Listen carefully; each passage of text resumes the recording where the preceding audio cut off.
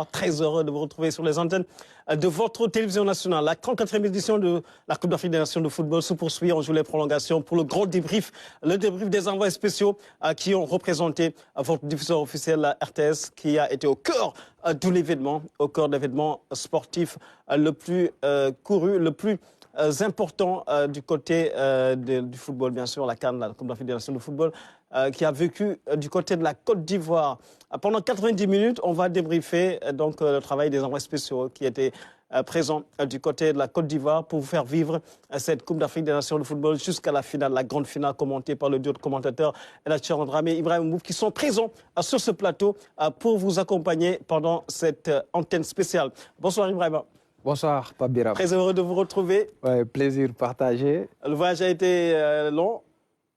Pas trop, non? Oui, séjour long. Le séjour a été long. Beaucoup de fatigue, ouais, mais bon, on s'est bien reposé. C'est avec plaisir qu'on vient débriefer la CAN avec toi, avec tous les envoyés spéciaux. Absolument. Et puis dire bonsoir à tous nos téléspectateurs qui nous ont accompagnés pendant presque 2 mois. Ouais. Ibrahim Mboub, le capitaine d'équipe du côté de la Côte d'Ivoire, c'est lui qui faisait comment ça s'appelle encore, les changements. Le grand capitaine, c'est Oumar Nguébane. Ah, Nguébane, ok. À qui on salue. On fait un grand coucou. Oumar Nguébane, qui s'occupe bien sûr de tout ce qui est droit de retransmission TV. On a l'occasion d'en parler, bien sûr. Ça a été l'un des grands moments de cette période de Coupe d'Afrique des Nations de football. À vos côtés, il y a Ndedom Diouf du côté de la radio. Salut Ndedom. Salut Pabera. Très heureux de vous retrouver sur ce plateau. C'est partagé. On a fait la Coupe du Monde ensemble, on est rentré, on a fait le débrief. Cette fois-ci, vous étiez avec Ibrahim et les autres. Cette fois-ci, tu nous as fait faux bon. J'attendais la finale, malheureusement, on n'est pas allé au terme de la compète. Oui, les Ivoiriens étaient déterminés, ils le voulaient plus que tout le monde. Absolument. Donc, ils l'ont remporté et c'est un plaisir également de venir faire ce débrief. Et je salue les téléspectateurs de la RTS et les auditeurs également de Radio Sénégal qui nous ont suivis durant 1 mois. Pour la retransmission des différents matchs. Un grand plaisir d'avoir sur ce plateau également un visage que vous reconnaissez, bien sûr, c'est l'image de la matinale de la RTS, bien sûr. Sarah Lua, bonsoir. Bonsoir, Pape Biram. Vous allez bien? Oui, très bien, très heureuse. C'était votre 2e expérience. C'est ça, tout à fait. Difficile cette fois-ci. Vous savez, lorsque vous avez goûté au sacre et que juste après... cette désillusion. Il y a cette grande désillusion. C'est plus difficile pour moi. C'est très difficile. Sevrage brutal. Merci, Ibrahima, de me prêter le mot. C'est encore compliqué. J'ai du mal. J'ai du mal. Mais très heureuse d'être sur le plateau et de retrouver nos téléspectateurs après, bien sûr, la matinale ce matin entre 6h30 et 8h. À vos côtés, El Hadji Dramé, c'est l'été de J2 d'Ibrahim Mboub, J1, J2, J2, J1. Bon, voilà. Ibrahim, El Hadji, bonsoir. Bonsoir, Pape Biram, bonsoir à tous, bonsoir à tous les téléspectateurs. Ravi d'être là pour débriefer ces moments de désillusion, malheureusement pour nous. Mais bon, dans tout ce qui est désillusion, on peut trouver quelque chose de positif et on va justement espérer qu'à la fin de ce grand débrief, on retiendra effectivement des choses en perspective des échéances à venir. Bien sûr, le même duo qui avait commenté la finale de la CAN 2021 au soir du sacre, bien sûr, sacre exceptionnel, sacre historique, Sénégal-Égypte, bien sûr. Et malheureusement, le sauvage a été brutal, Ibrahim, vous l'avez dit. Il n'y a pas eu de larmes. Pas du tout, pas eu de larmes. On est rentré tranquille en 8e de finale quand même. Le Sénégal qui faisait partie des grandissimes favoris, Ibrahim. Comment avez-vous vécu cette séquence d'élimination prématurée alors qu'au début de ce match-là, le Sénégal partait pour donc offrir un spectacle de grande classe? Il faut dire qu'il y a beaucoup de déception. On a ressenti ce que tous les Sénégalais ont ressenti, de la déception, parce qu'il y avait aussi beaucoup d'espoir, parce que le Sénégal a fait, de mon point de vue, le meilleur premier tour de son histoire en Coupe d'Afrique des Nations. Franchement, dans le contenu, l'équipe a répondu à toutes les attentes, dans l'engagement, dans l'envie. Le coach aussi a fait les choix qu'il fallait au premier tour. Mais c'est à partir du 8e de finale qu'il y a eu cette cassure. Que tout a basculé, tout a sombré. Je pense que le coach a manqué de réactivité dans ses choix. Les changements ont été tardifs. Les Ivoiriens étaient en surnombre au milieu. Emers Faye a été beaucoup plus prompt à faire les changements au bon moment. Et je pense que c'est ce qui a fait la différence dans ce match. Les joueurs aussi ont montré moins de maîtrise en huitième de finale. Ils ont reculé après ce but marqué dès la 4e minute, alors que l'entame était idéale. Je pense que dans la gestion, le Sénégal n'a pas été à la hauteur. Et je pense que les responsabilités sont partagées entre les joueurs et le sélectionneur national. Malheureusement, ce qui devait arriva, comme on dit. Le Sénégal est éliminé. Grosse déception, mais c'est ça aussi le football. On ne gagne pas à tous les coups. Moi, je comprends bien la déception du public sénégalais, parce qu'après cette première étoile, tout le monde s'était dit que le Sénégal avait les moyens pour enchaîner avec un doublé. Ouais, surtout qu'après le parcours sans faute, très beau parcours au premier tour, mais en football, la vérité d'aujourd'hui n'est pas forcément celle du lendemain. Et on a eu cette élimination face au pays organisateur. Grosse désillusion, grosse déception. Mais il faut continuer le boulot pour aller chercher d'autres sacres, d'autres étoiles, se remettre surtout en question pour aller gagner d'autres cannes à l'avenir. Personne n'a compris cette cassure qu'il y a eu dès la 3e but.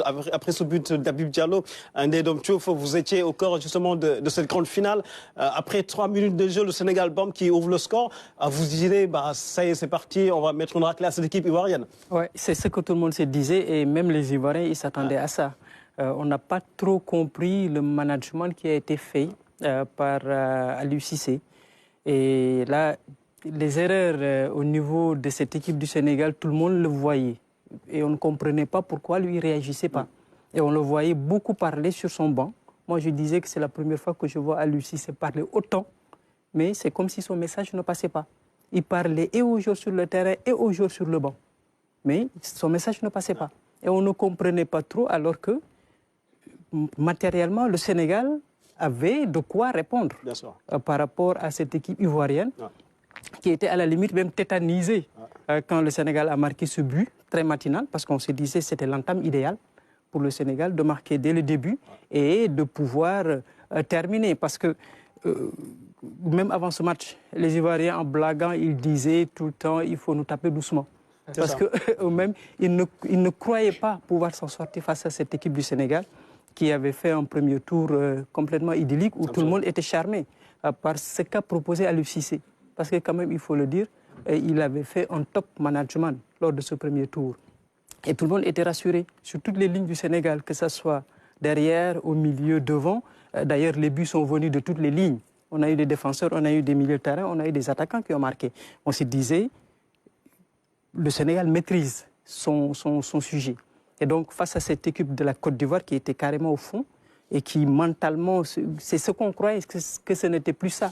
Mais la Côte d'Ivoire a montré des ressources insoupçonnées avec ce changement, avec Emerse Faé, parce que moi je me dis, tout est venu de ce changement, tout est venu de Faé. Il a créé l'électrochoc. Il a créé l'électrochoc, il le disait en conférence de presse. Tactique ou technique, mais c'était dans la tête. Il le disait en conférence de presse, mais les gens n'y prêtaient pas attention. Parce que je crois que c'est la dernière ou l'avant-dernière question qu'un journaliste lui posait, un journaliste malien, je crois. Il lui demandait, est-ce que tu m'as vu jouer? Tu m'as vu comme joueur? Il dit, c'est ça que je demande à mes hommes. D'être des éléphants, ça veut tout dire. D'être tout simplement la Côte d'Ivoire. Et là, il l'a montré. Et la CAN, on a l'habitude de le dire, c'est une compétition complètement différente des autres. Et les joueurs même le disent, c'est extrêmement difficile. La preuve avec l'élimination du Maroc. J'allais y venir. Quand on voit une équipe comme le Maroc, avec tout ce que ces hommes ont montré lors de cette Coupe du Monde, et qui ont énormément de problèmes face aux équipes africaines. On voit presque un peu la voûte du milieu marocain qui a été sorti à la dernière minute. Ça veut tout dire. Donc c'est une compétition. Et je crois que quelque part, on a un peu négligé cela. Je ne dirais pas négligé, mais disons, on a été un peu dans les nuages par rapport à ce que le Sénégal a montré lors de ce premier tour. On se dirait que peut-être plus rien ne peut nous arriver parce que tout le monde se disait que la voie était toute tracée jusqu'au trophée. Mais entre-temps, il y a eu la Côte d'Ivoire qui est revenue avec un mental insoupçonné et qui a tout bousculé sur son passage. Et donc, après coup, on se rend compte, on voit un peu tout ce qui a été fait derrière. Tout ce qui a été fait et auquel les gens ne prêtaient pas trop attention et qui est monté à la surface. Donc, après avoir pris le trophée. La Côte d'Ivoire, future championne d'Afrique de cette 34e édition de la Coupe d'Afrique des Nations de football. Sarah Ulouya, vous étiez au cœur, au plus près des acteurs, dont cette CAN notamment, dans ce 8e de finale de CAN. Racontez-nous votre sentiment déjà dans cette Coupe d'Afrique des Nations. Quand je repense à ce match de 8e de finale, je pense d'abord à cette phrase de Ibrahima Mboub qui me disait « Jouer le pays organisateur, c'est extrêmement difficile. Je ne souhaite pas qu'on tombe sur la Côte d'Ivoire en 8e de finale. » Je crois que maintenant, j'ai véritablement compris le sens de cette phrase, parce qu'il y avait une vague orange au stade. Et quand je dis une vague, c'est véritablement le 12e ou le 13e homme était ivoirien. Ouais. Dans les tribunes, on n'entendait que des Ivoiriens. C'était difficile de nous entendre et d'entendre nos supporters qui étaient pourtant dans les gradins aussi pour encourager notre équipe. Je crois que ça aussi, ça a été quelque chose de déterminant dans ce match-là. Ensuite, Ndayendom l'a dit, Ibrahima également, les choix d'Aliou Cissé. Même nous qui regardions, je veux dire, on se disait, mais changement, il faut faire quelque chose, on ne peut pas continuer à subir véritablement. Mais on n'a pas compris pourquoi il a tardé à réagir. Les joueurs également, évidemment, ils sont sur le terrain. On a vu à plusieurs reprises Aliou Cissé leur demander de ne pas reculer, avancer, reculer, ne reculez pas. On a du mal. Moi, c'est ce qui me fait le plus mal. Et je n'ai pas regardé la séance des tirs au but, finalement, parce qu'il fallait faire le tour pour faire les flash interviews. C'était extrêmement difficile d'avoir un joueur pour pouvoir lui poser une question après cette élimination. Il n'y a que Ghana qui est venu, mais vraiment le cœur lourd, comme nous, pour pouvoir répondre à quelques questions. Mais c'était véritablement une soirée extrêmement difficile. On ne gagne pas tout le temps, c'est vrai, mais quand on a une équipe comme celle du Sénégal, avec tout le talent qu'il y avait et tout le bien qu'on prédisait de cette équipe-là, on a encore beaucoup de difficultés à comprendre véritablement ce qui s'est passé ce jour-là. Ouais. C'est la loi du foot peut-être, mais il y a des leçons et des enseignements à tirer, et peut-être des erreurs aussi à corriger. C'est ce qu'on appelle peut-être la glorieuse incertitude du football ou du sport qui fait que David peut battre Goliath. L'opposition était de taille dans cette équipe, dans ce match-là, face à la Côte d'Ivoire. La Côte d'Ivoire qui est quand même arrivée avec tous ses cadres sur la ligne de départ. Evers Faye a fait des choix forts. Il a su apporter un électrochoc dans cette sélection qui, malgré ce but marqué dès l'entame de la partie, l'équipe a quand même su revenir très très fort et puis nous amener jusqu'au tir au but. Oui, absolument. Parce qu'il faut rappeler que moi, pendant l'émission Nudem Khan, j'ai cité la Côte d'Ivoire parmi les favoris. D'abord parce que la Côte d'Ivoire a toujours eu de très bons joueurs. C'est vrai que depuis l'ère des Drogba, les Yaya Touré, on n'a plus vu ces grandes stars ivoiriennes qui voilà, faisaient partie des têtes d'affiche du football africain, voire même mondial. Mais c'est une équipe qui, lorsqu'elle organise la CAN, forcément joue pour gagner. Donc, ce qui a fait qu'à un moment donné, on n'a pas négligé ou on n'a pas sous-estimé la Côte d'Ivoire, c'est son parcours en phase de groupe qui a fait qu'à un moment donné, on s'est dit, finalement, cette équipe ivoirienne n'est pas aussi forte qu'on ne le prédisait, parce qu'il y a quand même de très bons joueurs sur toutes les lignes. Ce sont quasiment pour la plupart des titulaires dans les clubs dans lesquels ils jouent. Donc, à partir des phases de groupe, de la phase de groupe, on se dit, finalement, on tombe sur la Côte d'Ivoire, ok, c'est le pays organisateur, ok, mais pour nous, ce qu'il faut faire, c'est marquer très tôt. Et c'est ce qu'on fait. 4e minute, moi, je disais à Ibrahim, le but m'a surpris personnellement, parce qu'on n'était pas encore assis au moment où le Sénégal marquait. Après la fin des hymnes, on était encore un peu dans les infos autour du match. C'était une mise en bouche, en fait, pour nous, les commentateurs. Donc, avant même qu'on s'asseye, il y avait déjà but. Ce qui veut dire que le Sénégal avait réussi à faire le plus dur. Après, maintenant, il fallait faire quoi? Il fallait gérer la partie. Parce qu'on se disait que dans tous les cas, exactement, plus le temps irait, les Ivoiriens se découvriraient et donc forcément libéreraient des espaces. Mais ce qu'on a négligé, c'est le coup tactique de Faye, qui a coupé toutes les lignes de transmission. Je disais tout à l'heure dans l'émission On s'en fout sur Radio Sénégal International que sur les côtés, il n'y avait plus de lien entre Ismaël Jacobs et Sadio Mané, tout comme Crépin Diatta et Ismaël Sarr, parce qu'ils ont coupé toutes les lignes de passe. Et ils étaient obligés de décrocher, parfois se retrouver un peu dans le cœur du jeu, et le milieu de terrain ivoirien était tellement dense qu'il n'arrivait à rien faire. Il y a eu des séquences où toute l'équipe ivoirienne était dans la moitié de terrain du Sénégal. Donc, on n'a pas réagi. C'est un match qu'on a subi. Je pense qu'aujourd'hui, avec le recul, parce que quand je regardais le match à nouveau à Abidjan, je pense que la séquence Sadio Mané, par exemple, il sort du match au moment où il tacle Sangaré et il échappe au carton jaune. Au carton rouge. Là, je pense qu'il y a eu une première cassure. Que ça aurait dû être un rouge. Ça aurait dû être un rouge. Effectivement. Ensuite, après, quand on regarde le fil du match, finalement, on se pose des questions. Mais qu'est-ce qui leur arrive? Cette équipe du Sénégal n'est pas celle qu'on a connue, n'est pas celle qui a joué la phase de groupe. Il y a eu énormément de choses. On se pose énormément de questions. Mais si on se limite au terrain de jeu, nous, de là où nous étions, on voyait que le milieu de terrain du Sénégal, c'était comme le Sahara. Il n'y avait rien du tout. Et l'entraîneur, après, on indexe souvent les choix de l'entraîneur. C'est vrai que c'est des choix sur lesquels on peut peut-être s'apesantir. Mais dans l'attitude des joueurs, quand même, les joueurs, c'est les acteurs. Pour moi, les joueurs sont les premiers responsables. Absolument. Quand on voit l'entraîneur, à la limite, supplier à son bloc de montée. Ça, c'est une image forte. Hein. C'est une image très forte. Ouais. Maintenant, les joueurs je ne sais pas ce qui s'est passé sur le terrain, au point où certains joueurs ne voulaient pas monter ou ne pouvaient pas monter, faire monter le bloc d'équipe. Moi, je ne sais pas, vu d'en haut, en position de commentateur, comment vous avez apprécié ou comment vous avez senti l'équipe? Pourquoi n'a-t-elle pas monté justement sur l'équipe en face? Je pense que l'environnement a beaucoup pesé. Parce que jouer le pays organisateur, c'est... Après, c'est des joueurs de classe mondiale, ils ne peuvent pas jouer la pauvre. Mais c'est des joueurs de classe mondiale. Mais ce sont des humains. Ce sont des humains aussi. Moi, ce qui m'a le plus choqué, c'est en fait la position d'Abdou Diallo. Comment se fait-il qu'il lâche le milieu de terrain pour aller s'incruster dans la défense? Je ne sais pas, il avait peur de ses vis-à-vis ou quoi? C'est quoi le souci? Mais est-ce qu'à cet instant-là, le coach ne le voit pas pour faire des changements aussi? Moi, je pense que l'environnement était très pesant. Ce sont des humains, ils ont la pression comme toi, comme moi, comme Tierno. On a fait les matchs du premier tour ensemble, Tierno.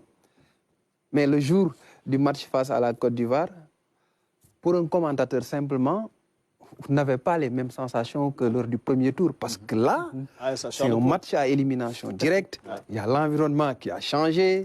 Il y a une vague orange. Et tout ça, ça pèse. Même si ce sont des professionnels qui sont habitués à ça en club. Absolument. Ça ne les dédouane pas, mais ça, c'est un fait qui est là. Ils ont joué la finale de la CAN. On a joué un match de pression ici à Dakar. Mais ce n'était pas contre le Cameroun, quand c'était contre l'Égypte. Finale de la CAN. On a joué un match de pression ici à Dakar également. C'est pas la seule des explications, mais ça peut être une des explications pour... Parce qu'Aliou Cissé, à un moment donné... C'était de reculer après 4-5 pieds dans ses... Nous ne sommes pas le milieu aux Ivoiriens.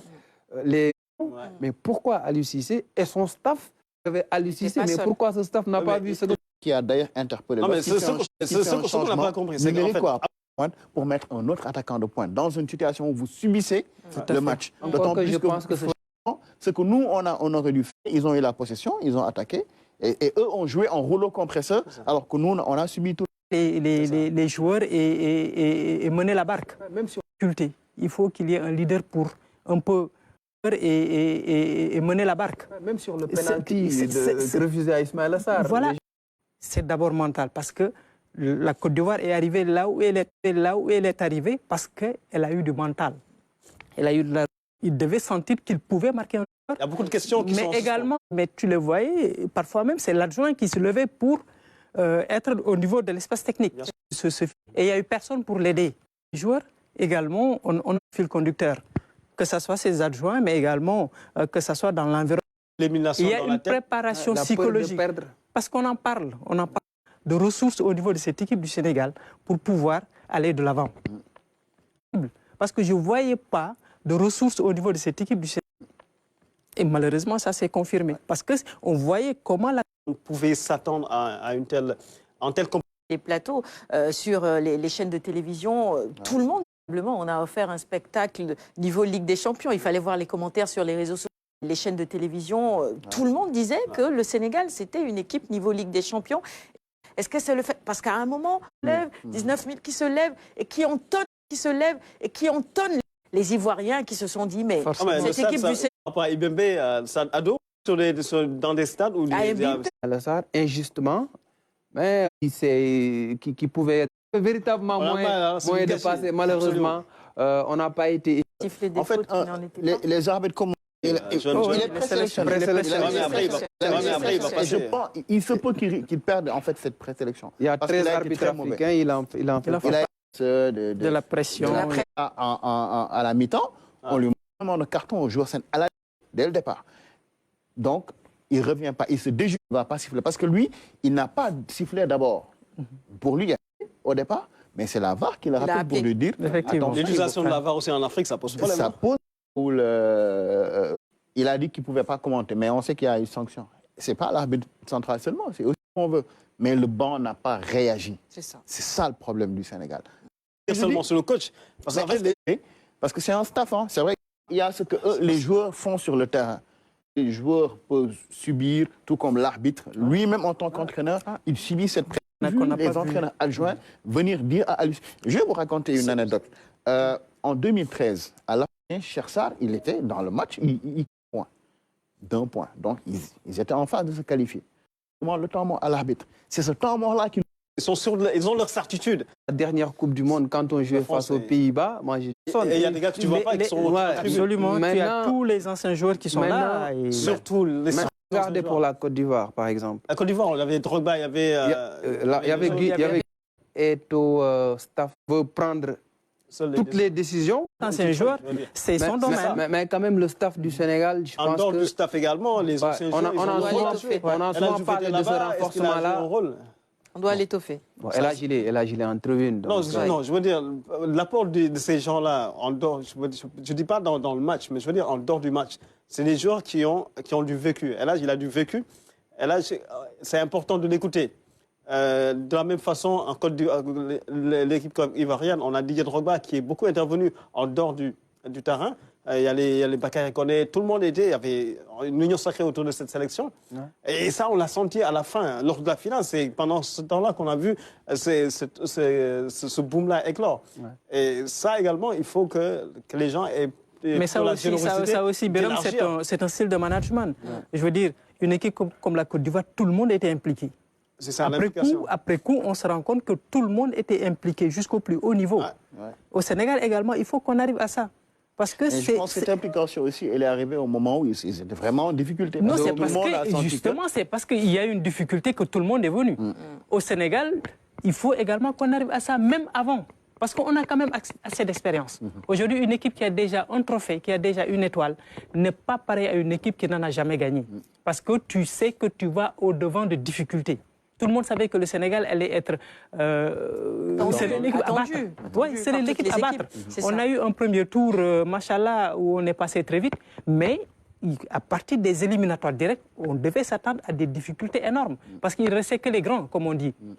La Côte d'Ivoire, on est tombé sur elle. Bon, quelque part, on s'est dit, bon, ce sera peut-être plus facile. Même nous, en tant que commentateurs, en tant que journalistes, on ne pouvait pas imaginer que ça allait se passer comme ça. Ouais. Mais le coach s'attendait à ça. Il l'a dit. Parce qu'en conférence de presse, quand vous écoutez, de veille de match, quand vous écoutez son discours, c'est sûr qu'il s'attendait à un match. Il l'a dit, ça sera un match très difficile. Mais Aliou a toujours dit que c'est un match, on va vers un match difficile. C'est un adversaire qu'il faut respecter. C'est un peu des codes de langage, quoi.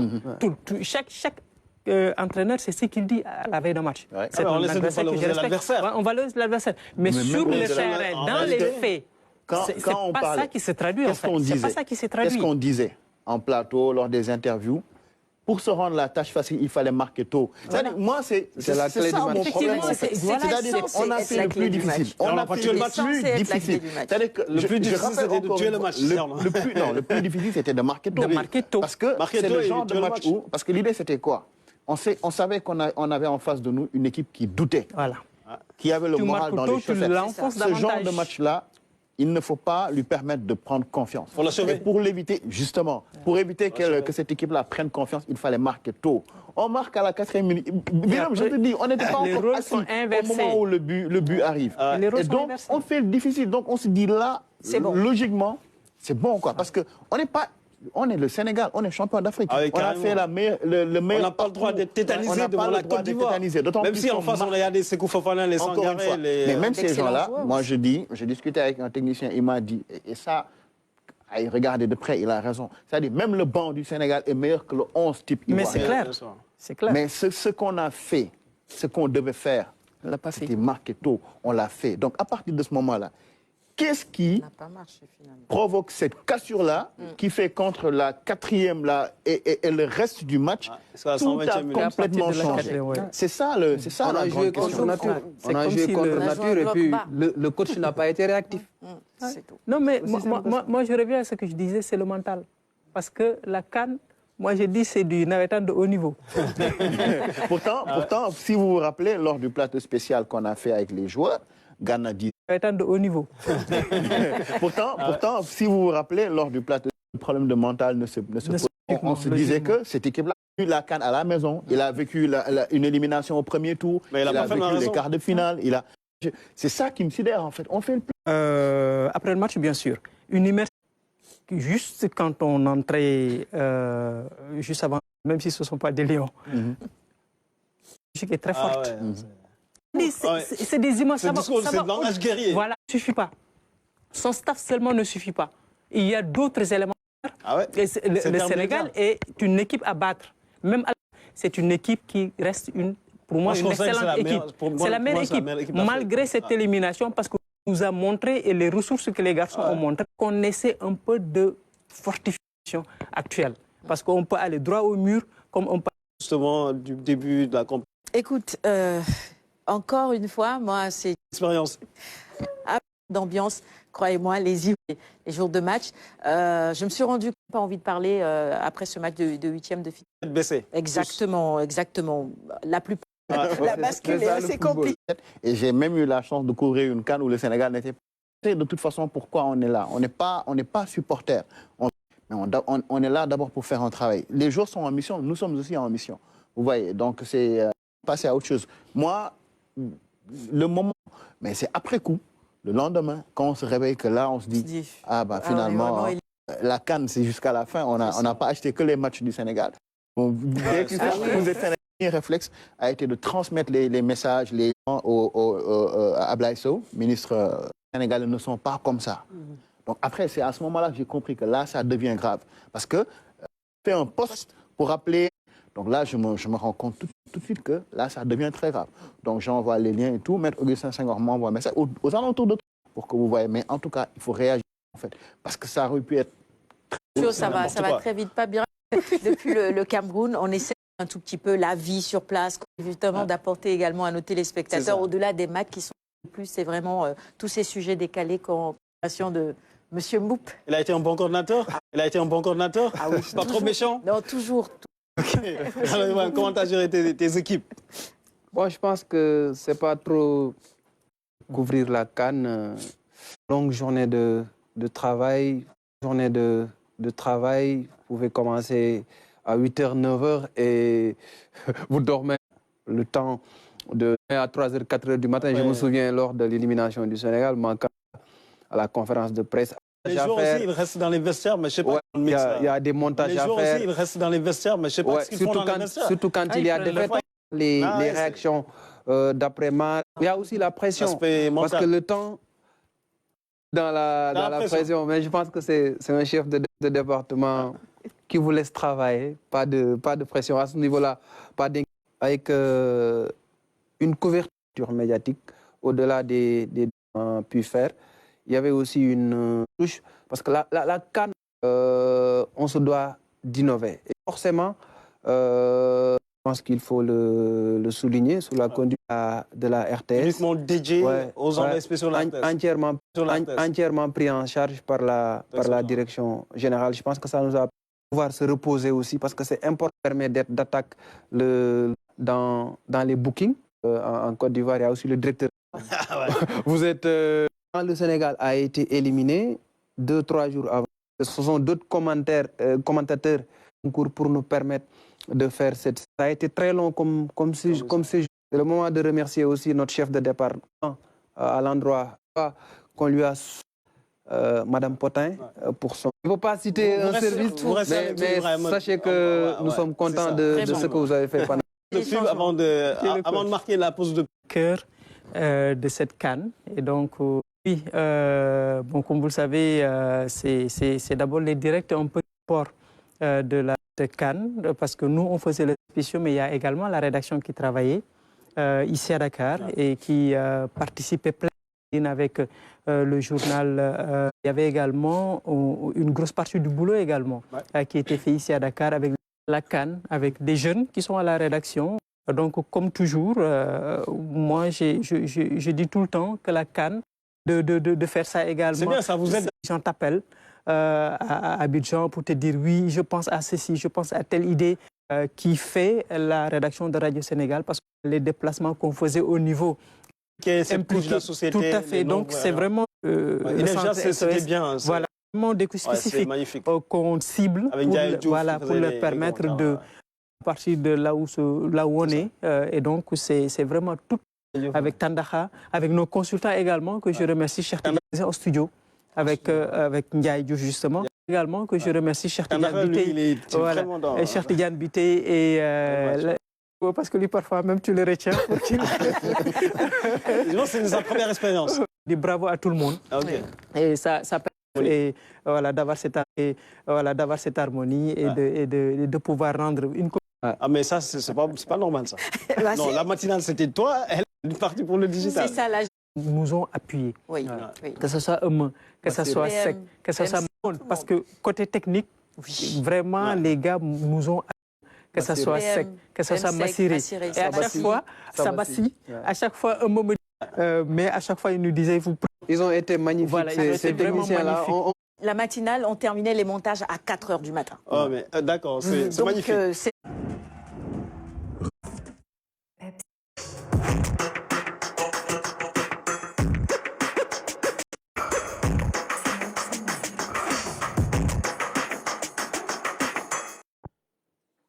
Et merci. Et merci à nos partenaires qui nous ont accompagnés. Merci à Media Center, merci à la Vache qui rit, au chemin de fer du Sénégal, la société de nous avoir accompagnés dans cette 34e édition de la Coupe d'Afrique des Nations de football. J'ai l'immense plaisir de... Mais bon, alhamdoulilah, tout s'est bien. Chef du protocole, quand on devait manger, quand on était au resto, mais c'est lui qui se travaille aussi, il a été magnifique avec Massiré. Il faisait de son mieux pour que tout le monde soit servi. Et puis dans le travail aussi, avec Massiré, Pape Mamadou Sek, PM, tout amené. J'en avais amené, mais les médicaments qu'il m'a donnés étaient beaucoup plus efficaces. Pour montrer à quel point... Vraiment, j'avais beaucoup de pression avant d'y aller. Hein. Tout le monde passé, ne t'inquiète pas. Donc une fois sur place, vraiment, on a passé d'agréables moments. On a pu un peu... aussi cette bonne ambiance qui nous permettait vraiment de sortir ce que la radio ne diffusait pas. Donc c'était vraiment dans la recherche perpétuelle de produits insolites qu'on a su montrer aux téléspectateurs. Pas. Donc c'était vraiment dans la recherche perpétuelle de produits insolites. En tout cas, c'est génial. On a vu à distance, on était au cœur de la CAN avec des images de...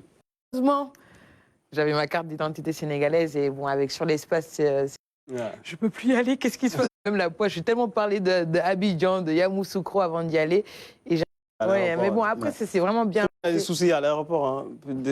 Et au retour avec 52 kilos d'excédent. Il y a Tcherno qui a... Il faut transmettre aux amis de la rédaction, aux amis qui étaient sur place.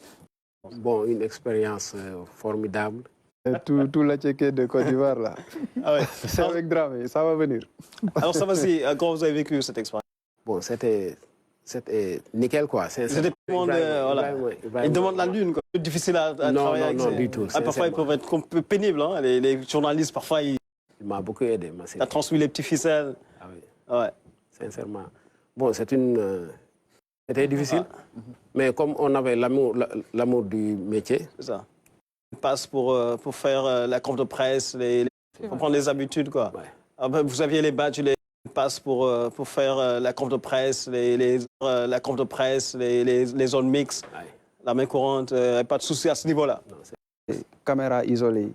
Donc ñun peut-être ci kaw lañ doon nek mais ñom doon switché moom Massiré wala non ñom que coulisses yi ñu doon def yépp ñom liggéey bu am solo lañ def avec matériel bi lu muy 10 musu parfois c'est pas évident surtout quand mën nga tok ba ci ak ben nouvelle tombée et ça c'est pas évident yow lo son sax bo len xolé ak matériel 10 bu ñuy yor mo nekkoon sa première CAN Massiré jàppale na lu baax ci liggéey bi war na la yoon bi non sincèrement Massiré jàpp na si bu baax ndey doom lan moo nekkoon taay bi daal moom tàngoon na Non, on a marqué quoi. Imagine, même Cameroun, on n'a pas joué heureux. Au Cameroun, il y a eu 15 heures. 15 heures, oui, 15 heures, mais 14 heures. 14 heures, droit TV, les nuits. Mais je pense que tamit droit TV, Khalis là, mais entre Gambie, bi nga xam dañ ko jouer 14 heures, mu ne ma moom. Finalement, dañu wax Sabassi ak Massiré ba xam. Mais dama wàcc jóge ci kaw, dem ci ginnaaw camp yi, fekk il faut taal avis West bi wala caméra live view pour permettre à nos téléspectateurs ñu poule boo xam ne nii 4 équipes la dans un stade de qualité, a joué à 14 heures, mais ban heure ngay jógee hôtel. Les joueurs, ils mangent à quelle heure? Je pense que la santé des footballeurs aussi. Les joueurs, ils doivent être au stade H-2. Donc ça veut dire à midi, les mecs, ils jënd Coupe d'Afrique bi. Musul Tol, on a eu plus de 100 CAF. Amna xaalis bu bari surtout ren nga xam ne droit TV yi dañu explosé ci CAN bi. Par exemple télé yi jënd au détriment de la santé des footballeurs et des supporters. Ici Kazoué, l'arbitre zambien. Ci terrain bi ñaanuñu ko Yàlla il y a 2 ans. Il a mis fin au match Mali-Tunisie à 2 reprises parce qu'il faisait tellement chaud. Est quand même professionnel et je pense qu'en position flash, comme Sarah devait faire ces interviews-là, j'avais la possibilité d'être à la plateforme digitale là. Et donc, c'est l'avantage qu'on avait. La réactivité sur les plateformes digitales. Et au-delà de ça, c'est-à-dire que c'est un travail à la fois difficile, effectivement, sur le terrain, parce qu'il est difficile de... Bon, en tant que femme, je sais que c'est pas évident. Souvent, on se fait beaucoup bousculer, on se fait beaucoup, on va dire pas minimiser, mais bon, on sent une petite rivalité entre les reporters hommes et les reporters femmes sur le terrain. Hein. Ça, je pense qu'on en a un peu parlé avec Ibrahim Mbouk. Mais c'est vraiment l'important, c'est de se battre, de montrer qu'on est venu pour quelque chose et on fait tout pour arracher ce qu'on a. La difficulté, effectivement, c'était, je pense, les premiers jours. Parce qu'on n'avait pas vraiment identifié ceux qui avaient les droits et ceux qui n'avaient pas les droits. Donc c'était très compliqué les premiers jours. Mais bon, après les réunions avec la CAF, on a pu vraiment identifier les ayants droit. Et ça nous a permis de faciliter vraiment le travail. Et avec le téléphone, parce que souvent quand on a un téléphone, malheureusement, les gens ils pensent qu'on est connecté, on joue avec. Oui, alors qu'on est en train de travailler. Exactement. Alors qu'on est en train de travailler. La différence, quoi. Exactement. Et c'était une des difficultés qu'on avait sur le terrain. Sinon, à part cela, c'est vraiment, on a travaillé avec beaucoup de plaisir. Et je le disais tout à l'heure, c'est avec cette ambiance-là. Et quand on parle de Cannes, de l'hospitalité, on l'a vraiment ressenti. Parce que la population ivoirienne était vraiment elle était très hospitalière. Ils n'ont pas été si hospitaliers que ça parce qu'ils ont gardé la coupe. Oui et non. Bon, même en gagnant le Sénégal, je sais que bon, ils sont très taquins. Ils sont très taquins et ça nous piquait quand même, hein, même si on devait garder le sourire et rester professionnel. Au-delà de ça, sincèrement, ils ont eu cette relation vraiment fraternelle entre les Sénégalais et les Ivoiriens. Ça nous a mis à l'aise et ça nous a permis, au-delà même des matchs, de faire découvrir des villes, de faire découvrir des endroits, comme par exemple l'île aux crocodiles, le lac aux crocodiles, non, au Caïman, à Yamoussoukro ou d'autres sites touristiques qu'on a pu, la basilique. Mais malheureusement, moi, je ne l'ai pas faite, la basilique. C'était toi, finalement. Donc voilà, plein d'endroits. Et vous étiez présent sur toutes les plateformes digitales de la RTS? On était présent sur toutes les plateformes digitales, c'est-à-dire sur Facebook, sur Instagram, TikTok et Facebook, Instagram, TikTok et Twitter. Alors après, il y avait certaines restrictions, notamment sur Facebook, par rapport à certains matchs. C'est pour ça qu'à un moment donné, on ne voyait plus trop les matchs sur Facebook. On a dû, c'est-à-dire switcher sur un site qui a été mis en place avec la collaboration de nos partenaires de Akan, qui a permis en fait de suivre les matchs sur un site internet de façon de regarder tout simplement les matchs. Sur le territoire sénégalais? Sur le territoire sénégalais, bien évidemment, géobloqué sur le territoire sénégalais. Et après, c'est aussi justement l'occasion de magnifier vraiment tout le travail de l'équipe qui a été derrière, parce que c'était pas que Anta qui était sur le terrain, il y avait également toute l'équipe du service digital, il y avait Jobas, il y avait Khadim Bey, il y avait également Mamadou Ndiaye avec ces plateaux-là. International, ouais. Mamadou Ndiaye, il a fait un très beau travail. Je sais qu'il était très taquin d'ailleurs sur le plateau.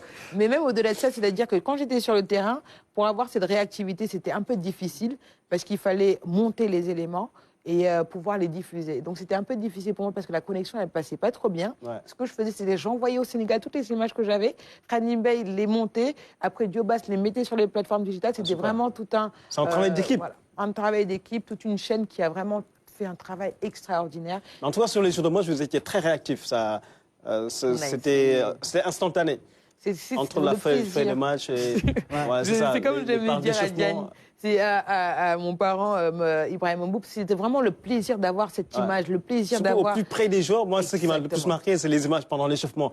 La sortie des joueurs, l'échauffement, on voyait les joueurs en sueur, c'était vraiment impressionnant. C'était impressionnant, et c'est-à-dire qu'il fallait anticiper aussi. Par exemple, parfois, on était sur le terrain, on regardait une action, et heureusement que j'avais des professionnels aussi avec moi, c'est-à-dire on se regardait, on se dit, on va de l'autre côté, ils vont mettre un but, on est parti de l'autre côté, ils ont mis un but, on a pu avoir justement les joueurs qui étaient en train de jubiler, de belles images, et quand on a de belles images, généralement, on a un plaisir de vraiment bien les monter, et puis bien les... la satisfaction du travail bien fait, c'était vraiment magnifique, une expérience à...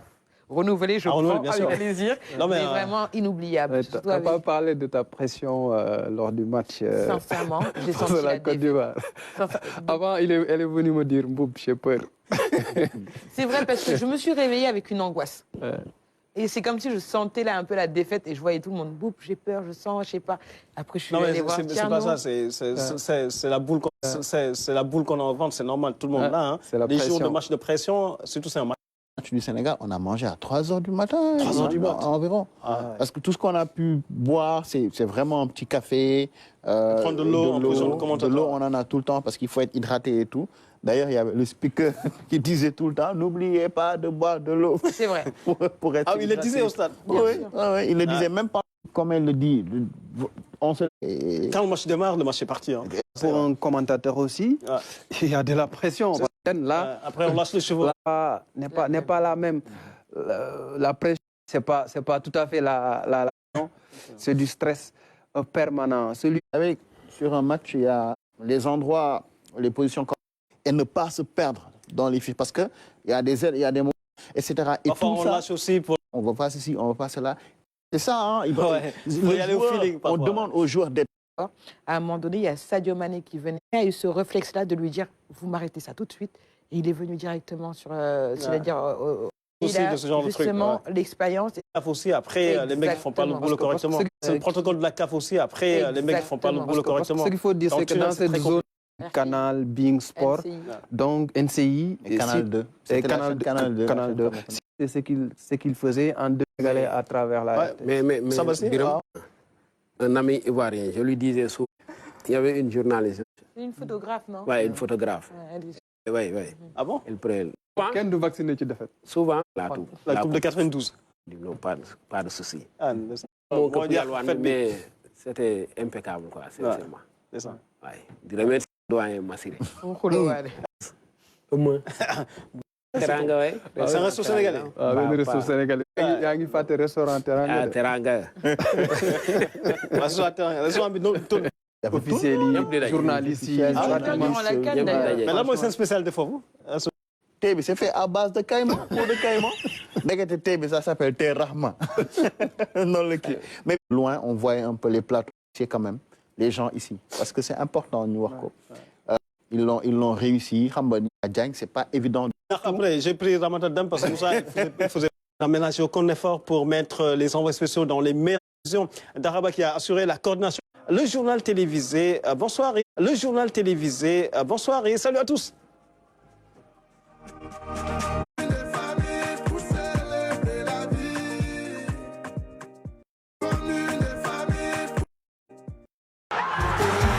C'était votre programme avec